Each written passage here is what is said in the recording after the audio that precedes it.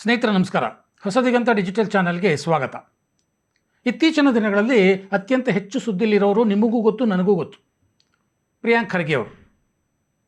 ಈಗ ಅವರು ದೇಶವ್ಯಾಪಿ ಟೀಕೆಗೊಳಗಾಗ್ತಾ ಇದ್ದಾರೆ ಅಥವಾ ಚರ್ಚೆಗೊಳಗಾಗ್ತಾ ಇದ್ದಾರೆ. ಏನು, ಅಸ್ಸಾಂ ಬಗ್ಗೆ ಏನೋ ಒಂದು ಮಾತಾಡಿ ಅಸ್ಸಾಂ ಮುಖ್ಯಮಂತ್ರಿ ಸಹ ಇವರನ್ನು ಫಸ್ಟ್ ಗ್ರೇಡ್ ಇಡಿಯಟ್ ಅಂತ ಬರೆಯುವಷ್ಟರ ಮಟ್ಟಿಗೆ ಅಲ್ಲಿ ಟೀಕೆಗೊಳಗಾಗ್ತಾ ಇದ್ದಾರೆ. ಇಡೀ ದೇಶಾದ್ಯಂತನೂ ಅವರ ಬಗ್ಗೆ ಟೀಕೆಗಳು ವ್ಯಕ್ತ ಆಗ್ತವೆ. ಅವರ ಪರವಾಗಿ ಮಾತಾಡೋರು ಇದ್ದೇ ಇದ್ದಾರೆ, ಇಲ್ಲ ಅಂತ ನಾನು ಹೇಳ್ತಾ ಇಲ್ಲ. ಬೇರೆಯವ್ರ ಬಗ್ಗೆ ಟೀಕೆ ಮಾಡುವಂಥವರು ತಮ್ಮ ಬಗ್ಗೆ ಟೀಕೆಗಳು ಬಂದಾಗ ಅದನ್ನು ಹೇಗೆ ರಿಸೀವ್ ಮಾಡಬೇಕು ಅಲ್ವಾ?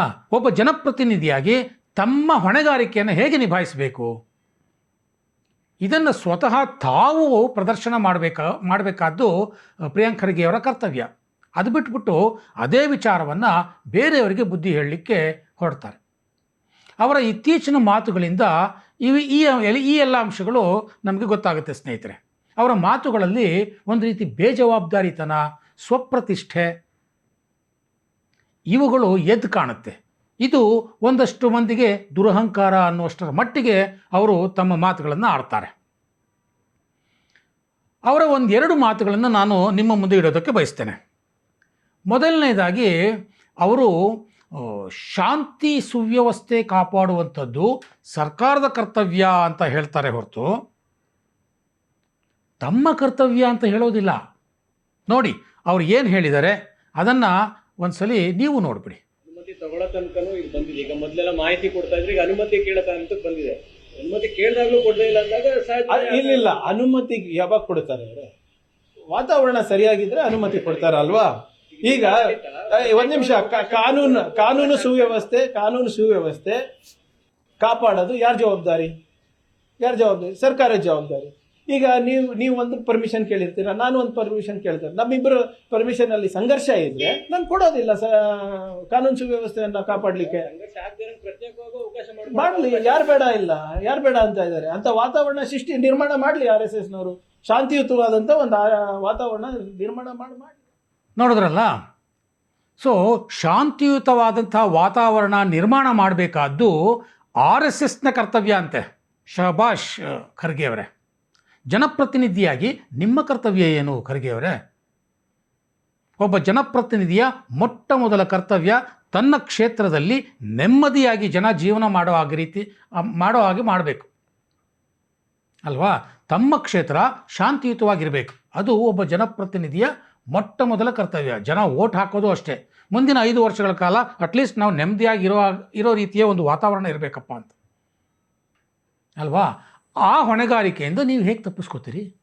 ಒಂದು ಕಡೆ ಹೇಳ್ತೀರಿ ಕಾನೂನು ಸುವ್ಯವಸ್ಥೆ ಕಾಪಾಡೋದು ಸರ್ಕಾರದ ಜವಾಬ್ದಾರಿ ಅಂತೀರಿ, ಇನ್ನೊಂದು ಕಡೆ ಹೇಳ್ತೀರಿ ಅಲ್ಲಿ ಅರಾಜಕತೆ ಸೃಷ್ಟಿಯಾಗ್ಬಿಟ್ಟಿದೆ, ನಾನು ಹೇಗೆ ಕೊಡೋಕ್ಕಾಗುತ್ತೆ ಅನುಮತಿನ ಅಂತೀರಿ. ಇನ್ನೊಂದು ಕಡೆ ಹೇಳ್ತೀರಿ RSSನವರು ಅಶಾಂತಿಯುತವಂಥ ವಾತಾವರಣವನ್ನು ನಿರ್ಮಾಣ ಮಾಡಬೇಕು ಅಂತ. ನಿಮ್ಮದೇನು? ಜನ ಯಾಕೆ ನಿಮ್ಮನ್ನು ಆರಿಸಿದ್ರು? ಶಾಂತಿಯುತವಾದಂಥ ವಾತಾವರಣ ನಿರ್ಮಾಣ ಮಾಡಬೇಕಾದವರೇ ಅರಾಜಕತೆಯನ್ನು ಸೃಷ್ಟಿಸಿಬಿಟ್ರಲ್ಲ. ಶಾಂತಿ ಸಭೆಯಲ್ಲಿ ಏನಾಯಿತು ಅನ್ನೋದನ್ನು ನಾವೆಲ್ಲ ನೋಡಿದ್ದೇವೆ. ಕಲಬುರಗಿಯಲ್ಲಿ ನಡೆದಂತಹ ಶಾಂತಿ ಸಭೆ ಅರಾಜಕತೆಯ ಪರಮಾವಧಿ ಆಗೋಯ್ತು. ನೀವು ನೋಡಿದ್ದೀರಿ. ಆ ಅರಾಜಕತೆ ಸೃಷ್ಟಿ ಆಗಬೇಕು ಅನ್ನೋದೇ ನಿಮ್ಮ ಉದ್ದೇಶ ಆಗಿತ್ತು ಅನ್ನೋದು ನಿಮ್ಮ ಹಿಂದಿನ ಹೇಳಿಕೆಗಳಿಂದ ಗೊತ್ತಾಗುತ್ತೆ. ಹೌದು, ಅವರಿಗೆಲ್ಲ ನಾನೇ ಪ್ರಾಯೋಜಕತ್ವ, ಏನಿವಾಗ ತಪ್ಪೇನು ಅಂತ ಕೇಳಿದ್ರಲ್ವಾ? ವಾಸ್ತವವಾಗಿ ಪ್ರಿಯಾಂಕ್ ಖರ್ಗೆ ಅವರೇ, ಶಾಂತಿ ಸಭೆಗೆ ನೀವು ಹೋಗಬೇಕಾಗಿತ್ತು. ಯಾಕೆ ಹೋಗಲಿಲ್ಲ ಸ್ವಾಮಿ? ಚಿತ್ತಾಪುರದಲ್ಲಿ ಶಾಂತಿ ಬೇಕಾಗಿಲ್ಲ ನಿಮಗೆ ಅನ್ನುವಂಥದ್ದು ಇದರಿಂದ ಸ್ಪಷ್ಟವಾಗಿ ಗೊತ್ತಾಗುತ್ತಾನೆ. ಒಬ್ಬ ಜನಪ್ರತಿನಿಧಿಯಾಗಿ ಅಲ್ಲಿ 4-10 ಸಂಘಟನೆಗಳು ಒಂದೇ ದಿನ ಪ್ರತಿಭಟನೆ ಮಾಡ್ತೀವಿ ಅಂತ ಬಂದಾಗ ಅದನ್ನು ನಿಭಾಯಿಸಿ ಅಲ್ಲಿ ಒಂದು ವಾತಾವರಣ ನಿರ್ಮಾಣ ಮಾಡಬೇಕಾದ್ದು ಶಾಸಕನಾದಂಥ ನಿಮ್ಮ ಕರ್ತವ್ಯ ಅಲ್ವಾ? ಅದು ಬಿಟ್ಟುಬಿಟ್ಟು ಅಲ್ಲಿ ಚಿತ್ತಾಪುರದಲ್ಲಿ RSS ಪಥಸಂಚಲನಕ್ಕೆ ಕಟ್ಟಿದ್ದಂಥ ಬಂಟಿಂಗ್ಸನ್ನು ಕಿತ್ತಾಕ್ಸೋದು, ಬ್ಯಾನರ್ಗಳನ್ನ ಕಿತ್ತಾಕ್ಸೋದು, ಭಗವಾ ಧ್ವಜವನ್ನು ಕೆಳಕ್ಕಿಳಿಸೋದು, ಹೀಗೆಲ್ಲ ಮಾಡಿಸೋ ಮುಖಾಂತರ ಹಾಗೆ ಮಾಡಿ ಅಂತ ಹೇಳಿ ಸ್ಥಳೀಯ ಆಡಳಿತದ ಮೇಲೆ ಒತ್ತಡ ತರುವಂಥ ಮುಖಾಂತರ ಶಾಂತಿಯ ವಾತಾವರಣವನ್ನು ಕದಡಿದ್ದು ಯಾರು ಸ್ವಾಮಿ? ತಾವು ತಾನೇ. ಈಗ RSS ಅಂಥ ಒಂದು ವಾತಾವರಣವನ್ನು ನಿರ್ಮಾಣ ಮಾಡಬೇಕು ಅಂತ ಎಕ್ಸ್ಪೆಕ್ಟ್ ಮಾಡ್ತಿದ್ದೀರಿ. ಶಾಂತಿಯುತ ಒಂದು ವಾತಾವರಣವನ್ನು ನಿರ್ಮಾಣ ಮಾಡಬೇಕಾದ್ದು RSS ಅಷ್ಟೇ ಅಲ್ಲ, ಪ್ರತಿಯೊಬ್ಬ ನಾಗರಿಕನ ಕರ್ತವ್ಯವೂ ಹೌದು. ಅದನ್ನು ನಾನು ಒಪ್ತೇನೆ. ಆದರೆ ಶಾಸಕನಾಗಿ ನಿಮ್ಮ ಕರ್ತವ್ಯ ಏನು? ನಿಮ್ಮ ಉತ್ತರದಾಯಿತ್ವ ಏನು? ಶಾಂತಿ ಸಭೆಗೆ ಹೋಗಲಿಲ್ಲ. ಹೌದು, ದಲಿತ ಸಂಘಟನೆಗಳ ಹಿಂದೆ ನಾನೇ ಇರೋದು ಏನಿವಾಗ ಅಂತ ಒಂದು ಉದ್ಘಾಟನದ ಪ್ರಶ್ನೆ ಮಾಡಿದ್ರಿ. ಸೊ ಶಾಂತಿಯುತ ವಾತಾವರಣ ನಿರ್ಮಾಣ ಮಾಡಬೇಕಾದಂಥ ನೀವೇ ಅಲ್ಲಿ ಅರಾಜಕತೆ ಸೃಷ್ಟಿಸ್ತಾ ಇದ್ದೀರಿ ಅನ್ನೋದು ಇದರಿಂದ ಗೊತ್ತಾಗುತ್ತಲ್ವಾ? ಸ್ನೇಹಿತರೆ ನೋಡಿ, ಇನ್ನೂ ಒಂದು ಅವರ ಮಾತುಗಳನ್ನು ನಾನು ನಿಮ್ಮ ಮುಂದೆ ಇಡೋದಕ್ಕೆ ಬಯಸ್ತೇನೆ. ಅದರಲ್ಲಿ ಅವರು ತಮ್ಮ ಮೇಲೆ ಬಂದಿರುವಂಥ ಟೀಕೆಗಳ ಬಗ್ಗೆ ಬಹಳ ನೋವಿನಿಂದ ಮಾತಾಡ್ತಾರೆ. ಅದನ್ನು ಒಂದು ಸಲ ನೀವು ನೋಡಿಬಿಡಿ. ಇವರೇ ಇಲ್ಲಿವರೆಗೂ RSS ಅವರು ಏನೇನು ಬೈದಿದ್ದಾರೆ ನನಗೆ ನಿಮ್ಗೆ ಗೊತ್ತಿದೆ. ನನಗಾಗಿರ್ಬೋದು, ನಮ್ಮ ಕುಟುಂಬಕ್ಕಾಗಿರ್ಬೋದು. ಸಾಮಾಜಿಕ ಜಾಲತಾಣ ತೆಗೀರಿ, BJP ಲೀಡರ್ಗಳು ರಾಷ್ಟ್ರ ಮಟ್ಟದಲ್ಲಿರ್ಬೋದು, ರಾಜ್ಯ ಮಟ್ಟದಲ್ಲಿರ್ಬೋದು, ಅಥವಾ ಇಲ್ಲಿನ ಲೋಕಲ್ ಲೀಡರ್ಸ್ ಇರ್ಬೋದು, ಏನೇನು ಬೈತಾ ಇದ್ದಾರೆ ತಾವು ನೋಡಿ.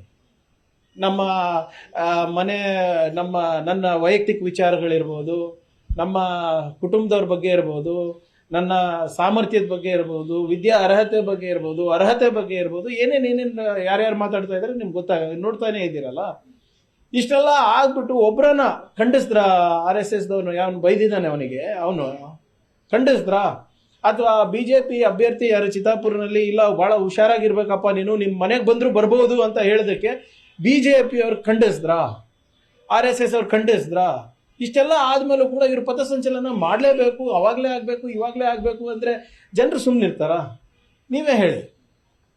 ನೀವು ಒಬ್ಬ ಜನಪ್ರತಿನಿಧಿಗೆ ಬೈದಿ ಅದನ್ನು ಇವ್ರು ಯಾರು ಖಂಡಿಸ್ತಾ ಇದ್ದಾರೆ, ಖಂಡನೆಯೂ ಕೂಡ ಮಾಡೋದಿಲ್ಲ. ಒಬ್ಬ BJP ಲೀಡರ್, ವಿರೋಧ ಪಕ್ಷದ ನಾಯಕರು ಇರ್ಬೋದು, ನಿಮ್ಮ ಯಾರು ವಿಜೇಂದ್ರ ಅವರಿರ್ಬೋದು, ಇಲ್ಲ ನಮ್ಮ BJP ಅಭ್ಯರ್ಥಿ ಹೇಳಿರೋದು ಸರಿ ಇಲ್ಲ ಅಂತ ಹೇಳಿದ್ರ? ಅಥವಾ RSS ಅಲ್ಲಿ ಏನು ಬೈಗುಳ ಹಾಕ್ನಲ್ಲ, ಅವಾಚ್ಯ ಶಬ್ದದಿಂದ ನಿಂದನೆ ಮಾಡಿದ್ನಲ್ಲ, ಅದು ಸರಿ ಇಲ್ಲ ಅಂತ ಒಬ್ಬರನ್ನ ಹೇಳಿದ್ರ?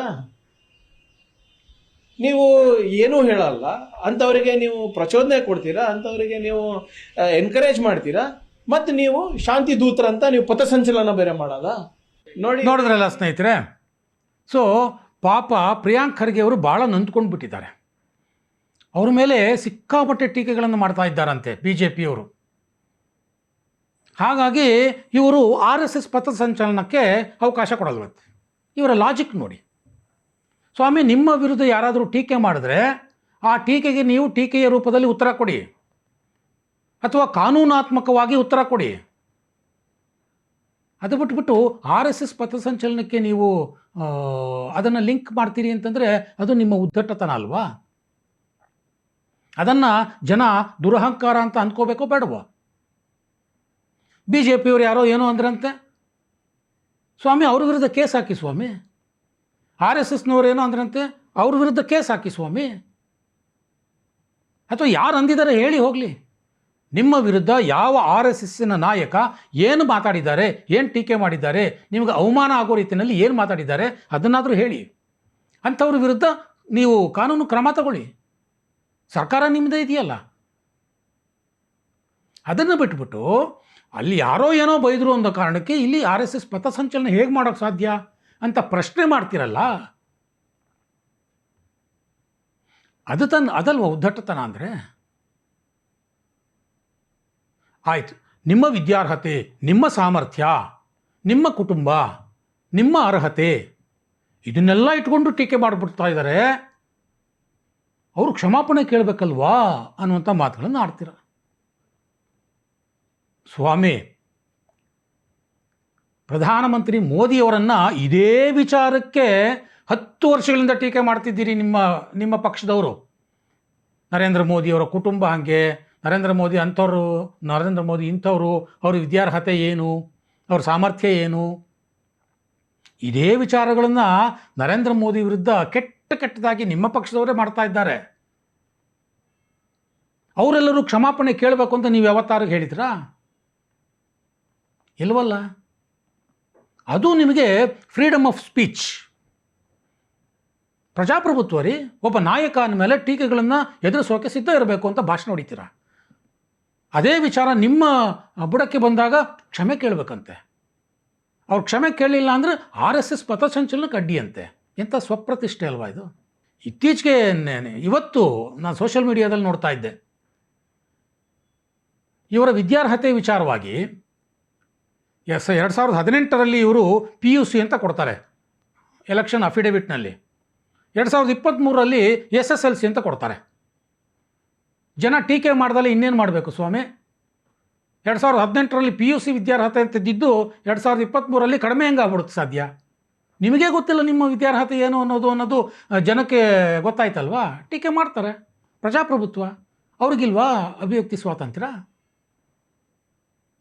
ಅಭಿವ್ಯಕ್ತಿ ಸ್ವಾತಂತ್ರ್ಯ, freedom of expression, press freedom ಎಲ್ಲ ನಿಮಗೆ ಮಾತ್ರನಾ? ಅಂಬೇಡ್ಕರ್ ಕೊಟ್ಟಂಥ ಸಂವಿಧಾನ ನಿಮಗೆ ಮಾತ್ರ ಬರೆದಿರೋದಾ? ಪಥಸಂಚಲನ ಮಾಡೋದಕ್ಕೆ ಅವ್ರಿಗೆ ಯಾವುದೇ ಸಂವಿಧಾನಬದ್ಧ ಹಕ್ಕಿಲ್ವಾ? ಸೊ ದಯವಿಟ್ಟು ಈ ರೀತಿಯ ಬೇಜವಾಬ್ದಾರಿತನದ ನಡವಳಿಕೆಗಳನ್ನು ಬಿಡಬೇಕು. ಅಲ್ಲಿ ಶಾಂತಿಯ ವಾತಾವರಣ ನಿರ್ಮಾಣ ಮಾಡೋದಕ್ಕೆ ನೀವೇ ಮುಂದಾಗಬೇಕು. ಈ ದುರಹಂಕಾರದ ಮಾತುಗಳನ್ನು ಬಿಡಬೇಕು.